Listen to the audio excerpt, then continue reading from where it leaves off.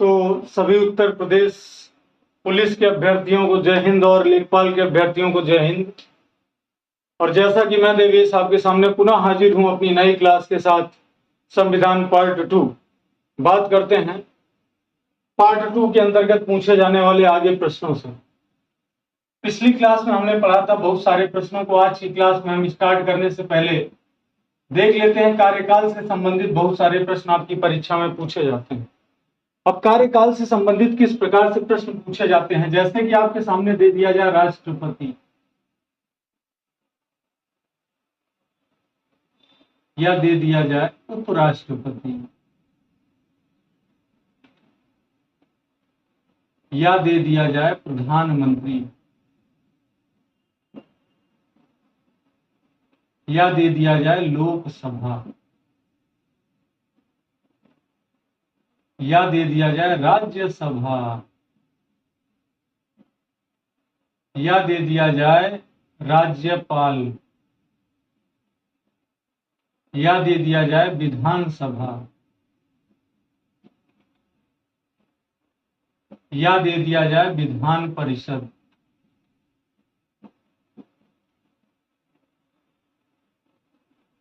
या दे दिया जाए मुख्यमंत्री।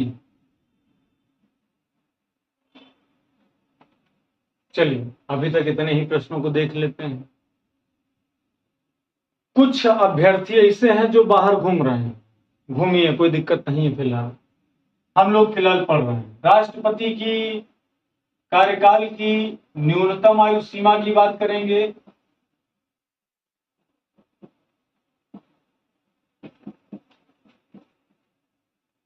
और वर्ष, कितने वर्ष का कार्यकाल हो। राष्ट्रपति की बात करें तो 35/5। बात समझ में आ गई होगी। देखा, उत्तर प्रदेश के आदमी थोड़ा सरल भाषा में बात कर रहा था। अब 35 का मतलब 35 साल कम से कम उम्र, और 5 साल का मतलब 5 साल तक कार्यकाल रहेगा। ठीक। उपराष्ट्रपति की बात करेंगे तो सेम उत्तर होगा 35/5। 35 साल कार्यकाल, न्यूनतम उम्र सीमा, और 5 साल पूरा करेंगे। बात करेंगे प्रधानमंत्री की 25/5। 25 साल की न्यूनतम उम्र, 5 साल का कार्यकाल। बात करेंगे लोकसभा की 25/5, और बात करेंगे राज्यसभा की 30 और अनिश्चित और 6। 30 साल लिखा है राज्यसभा सदस्य बनने की न्यूनतम आयु, अनिश्चित लिखा है राज्यसभा का कार्यकाल, क्योंकि राज्यसभा कभी भंग नहीं होती। जब राज्यसभा कभी भंग नहीं होती तो राज्यसभा का कार्यकाल अनिश्चित होगा। लेकिन अगर राज्यसभा के सदस्य का कार्यकाल पूछा जाएगा तो सदस्यों का कार्यकाल 6 वर्ष होगा। अब बात आई राज्यपाल की 35/5। 35 साल न्यूनतम आयु, 5 वर्ष कार्यकाल। बात समझ में आ रही होगी।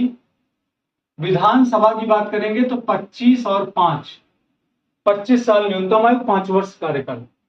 विधान परिषद की बात करेंगे तो 30 और 5, और मुख्यमंत्री की बात करेंगे तो 25 और 5। अच्छा, एक बात का ध्यान रखिएगा खास तौर पर, बकचोदी अपनी जगह है, बकचोदी अपनी जगह है, पढ़ाई अपनी जगह।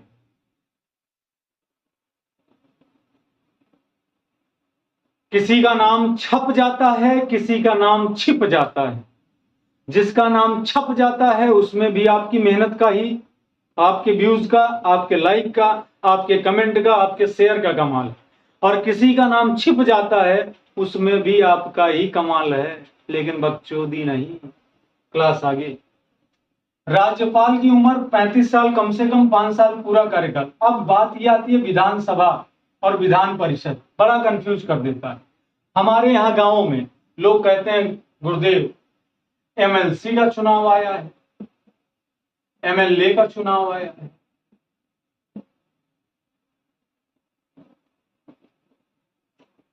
एमएलसी का मतलब मेंबर ऑफ लेजिस्लेटिव काउंसिल, और एमएलए का मतलब है मेंबर ऑफ लेजिस्लेटिव असेंबली।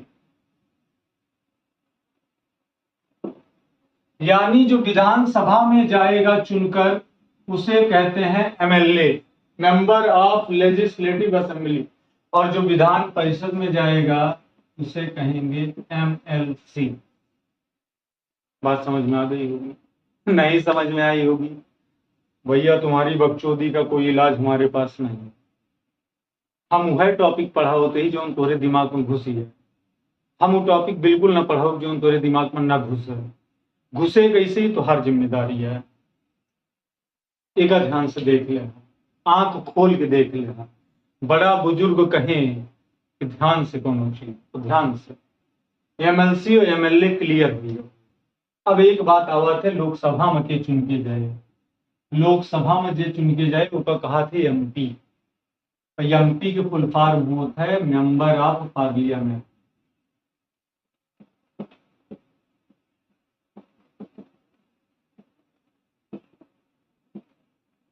ये सब आंख खोल के देखा है, मतलब ऐसा पढ़ा ना कि पेल के गिराया था, चाहे लेखपाल हो चाहे उत्तर प्रदेश पुलिस हो, ऐसी तैसी कहता एकदम मारा चकड़ा हो गया साला, बचा है ना कुछ हो यार। थक गए हम एग्जाम दे दे, लेकिन तू थके ना भाई। चल आगे देखिए। अब बात कर रहे थे फिलहाल, ये तो प्रश्न नॉर्मली एग्जाम में पूछे ही जाते हैं जिनको आपको पढ़ना था और हमने आपको बताया। एक मिटा दी, एक मिटा दी भैया, गरिया है।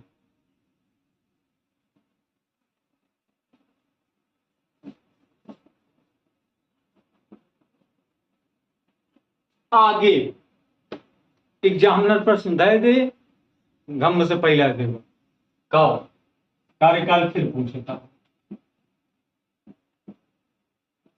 अब की बार वो कह रहा है chief election commissioner, chief election commissioner का है गुरुदेव। अरे भैया, मुख्य चुनाव आयुक्त, जे चुनाव उनाव करवावे, निर्वाचन आयोग के जे सबसे बड़ा अध्यक्ष हो वही कहा था मुख्य चुनाव आयुक्त। चाहे वो राज्य के चुनाव हो चाहे वो केंद्र के चुनाव हो, चाहे वो लोकसभा का चुनाव हो चाहे वो विधानसभा का चुनाव हो। लोकसभा के चुनाव केंद्र के चुनाव है, राज्य विधानसभा का चुनाव राज्य के चुनाव है। विधानसभा से विधायक चुनवा, विधायक से मुख्यमंत्री बनी है, और लोकसभा से सांसद चुनवा, सांसद से प्रधानमंत्री बनी है। यह है हमारे भारत के शासन व्यवस्था के सबसे बड़ा सूत्रधार है, मतलब कार्यपालिका। और कार्यपालिका का मतलब अमेरिका के संविधान में कार्यपालिका में खाली राष्ट्रपति हो मतलब अध्यक्ष, लेकिन भारत के संविधान में राष्ट्रपति का मतलब जाना, ब्यूटी पार्लर देखे है जहां जे सजावे, हमरे यहाँ राष्ट्रपति सिर्फ वो है अपना काम है। कौनो काम राष्ट्रपति का करे हुए बिना मंत्री परिषद के सलाह से ना हो सके। जब तक मंत्री परिषद सलाह न दे तब तक राष्ट्रपति कुछ ना कह सके। एका कहा थे parliamentary democracy. There are 3 types of democracy in this world. पहला पार्लियामेंट्री, दूसरा प्रेसिडेंशियल। खास तौर पर दुइये के नाम, प्रेसिडेंशियल का मतलब अध्यक्षात्मक शासन और पार्लियामेंट्री का मतलब संसदात्मक शासन। तो भारत में सर्वोच्च कौन है? राष्ट्रपति की प्रधानमंत्री? प्रधानमंत्री। मतलब हमारे यहाँ संसद बड़ी मानी जाती, हमारे यहाँ संसद सर्वोच्च। संसद का मन कहे तो राष्ट्रपति के ऊपर महाभियोग लगा दे। बात आई मुख्य चुनाव आयुक्त की और बात आई अटॉर्नी जनरल की। अटॉर्नी जनरल लिखता है तमाम जनिक दिमाग बोगाई होगी। अरे महाराज, एक महान्यायवादी था, महान्यायवादी।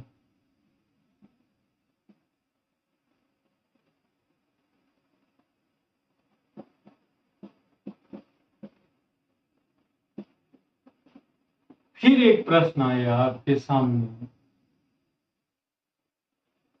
CAG, ठीक है, full form controller auditor general.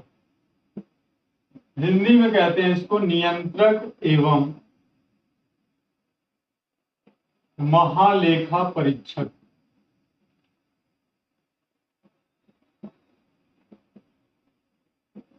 S प्रश्न अगर आई जाए ना तो पेल के बहा है एकदम दिल खोल के साबित कर दिया इलाहाबादी लौंडा हुआ, बेइज्जती ना हो चल।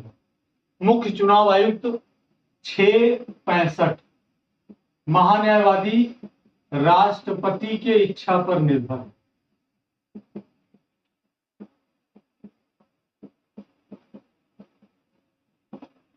और आगे नियंत्रक एवं महालेखा परीक्षक 665।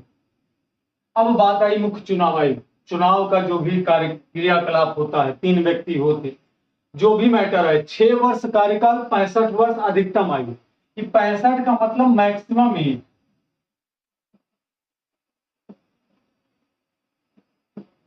महान्यायवादी अटॉर्नी जनरल ये भारत का पहला विधि अधिकारी होता है, प्रथम कानूनी अधिकारी।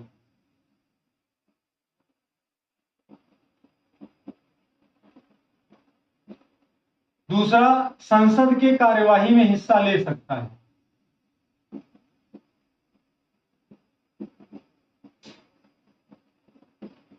लेकिन मतदान नहीं कर सकता।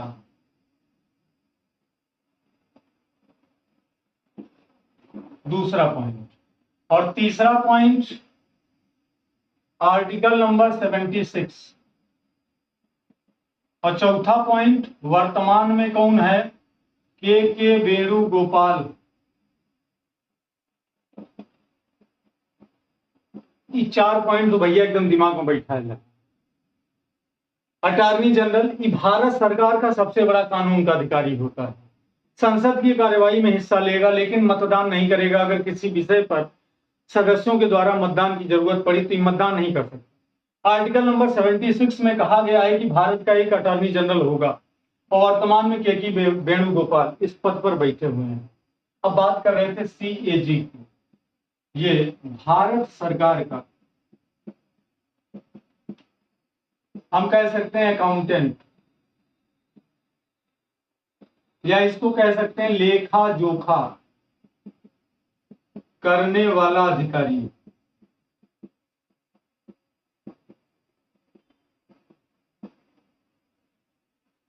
लेखा जोखा करने वाला अधिकारी। अब यहां पे भी 665 की बात आई। या तो 6 साल कार्यकाल होगा और या तो 65 वर्ष अधिकतम आयु होगी। इस बात को भी ध्यान रखिए, बहुत बार परीक्षा में पूछा गया है। मुख्य चुनाव आयुक्त अटॉर्नी जनरल ये बहुत बार परीक्षा में पूछा गया है। अब बात आई UPSC की। हाँ, ये वही UPSC। अभी हाल ही में UPSC का रिजल्ट आया है। जो लोग लड़कियां पैदा करने पे मुंह नीचे कर लेते हैं वो एक बार UPSC का रिजल्ट देखें। बकचोद राम, रिजल्ट देखो, टॉप 3 में लड़कियों का नाम है। समझ में आई बात? एक बात और, अगर लड़कियां ना होती या महिलाएं ना होती तो आज हम यहाँ बकचोदी ना कर रहे होते। आज जन्म हुआ है उन्हीं की बदौलत। तो UPSC का रिजल्ट आया है। UPSC का एग्जाम IAS का यही करवाता है। UPSC, IAS के बाद IPS, IPS के बाद IFS, IFS के बाद IES, IES के बाद NDA, NDA के बाद CDS, और बहुत सारी परीक्षाएं हैं जो UPSC करवाता है, जिसका पूरा नाम है यूनियन पब्लिक सर्विस और कमीशन। आर्टिकल नंबर 315 बताया गया है। Article number 315। और UPSC गठित हुआ था 1926।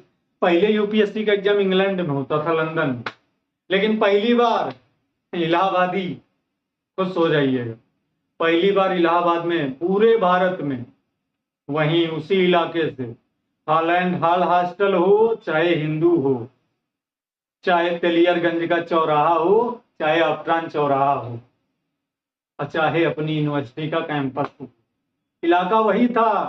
तो मेहनत वहीं हुई है रगड़ के।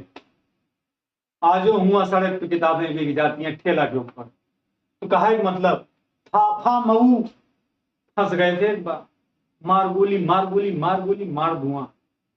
UPSC union public service commission, article 315, स्थापना 1926। पहली बार अगर भारत में किसी इलाके में UPSC का एग्जाम हुआ तो हमारा इलाहाबाद रहा, जहां यूपीएससी का एग्जाम हुआ। आज लेकिन उसको हम इलाहाबाद को प्रयागराज कहते हैं।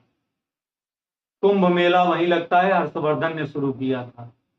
और हर्षवर्धन कौने वंश का राजा रहा? पुष्यभूत या वर्धन वंश। फिलहाल ये सारी परीक्षाएं यूपीएससी। अब लेकिन बात आई इसके अध्यक्ष का कार्यकाल।